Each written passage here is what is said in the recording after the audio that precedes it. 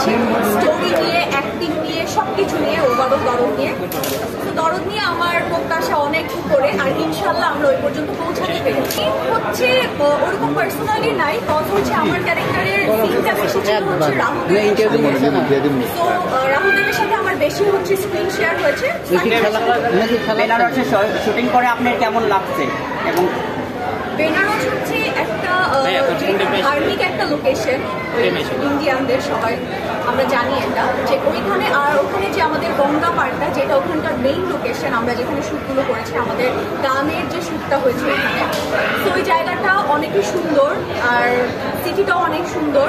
আর ওইখানকার লোকজন সবচেয়ে বেশি হচ্ছে যে আমাদের যে টিমটা ছিল, বেনারসের যে অনেক লোক আমাদের টিমে ছিল, সবাই খুবই আনন্দ। আপনার কি এটা প্রথম মুভি নাকি? সোহানের সাথে আপনি অভিনয় করে আপনার কেমন লাগছে? সোনাল সোহান বলিউডের নায়িকা। সোনাল চৌহান হচ্ছে উনি যেহেতু বলিউডের অ্যাক্ট্রেস, এটা ওনার ফার্স্ট টাইম আমাদের বাংলাদেশের সাথে কাজ করা। তো ওই জায়গা থেকে হচ্ছে উনি অনেক অনেক বেশি নাইস ছিলেন, অনেক বেশি সাপোর্টিভ ছিলেন। আর অ্যাজ এ সিনিয়র আর্টিস্ট হিসেবেও যেহেতু বলিউডে কাজ করে সবসময় বড় প্ল্যাটফর্মে, তাও হচ্ছে আমাদের সাথে, অবশ্য আমাদের দরদও অনেক বড় একটা প্ল্যাটফর্মেই কাজ হয়েছে, তাও হচ্ছে আমাদের যে বাংলাদেশি আর্টিস্টরা ছিল এখানে, কো আর্টিস্টরা ছিল, আমাদের সবার সাথে মানে অনেক বেশি কোঅপারেটিভ ছিলেন। আর উনি হচ্ছে ওনার যে ক্যারেক্টারটা ছিল, যে বাঙালিয়ানা একটা ক্যারেক্টার ছিল, মানে একটা টাইমে আমাদের মনে হয় নাই যে উনি হচ্ছে কোনো বলিউডের আর্টিস্ট, মনে হচ্ছে যে আমাদের দেশেরই আর্টিস্ট। এটা কি আপনার প্রথম মুভি? জি, এটা কি কি অভিজ্ঞতা তৈরি হলো?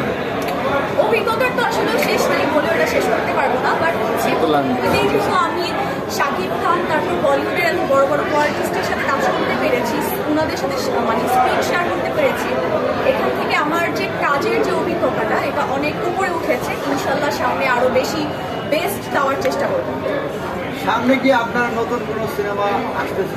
হ্যাঁ, ইনশাল্লাহ যেহেতু আমি সিনেমাতে এন্ট্রি করেছি, তো আমার সিনেমাতে কন্টিনিউ কাজ করার ইচ্ছা আছে। সামনে যখন আমার অফিসিয়ালি কোনো সিনেমার সাইন হবে, আমি আপনাদের সাথে অবশ্যই শেয়ার করব।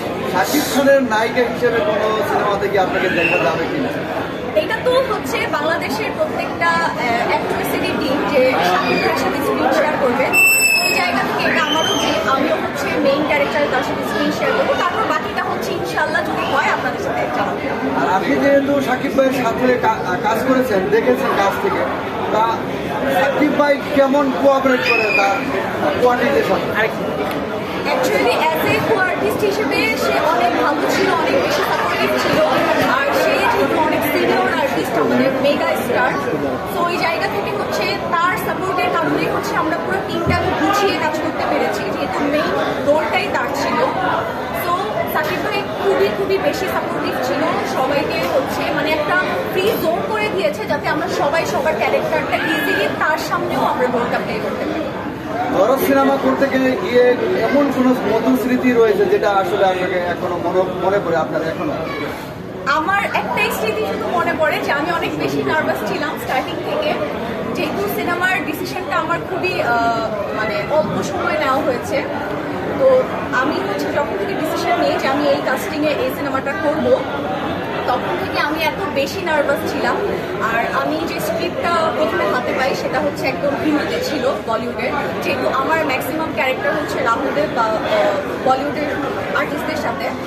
ওই জায়গা থেকে আমি এটা বলবো যে আমি ওইখানে স্ক্রিপ্ট এতবার পড়েছি যে আমি হয়তো আমার বড় বড় এক্সামেও এত বই পড়ি।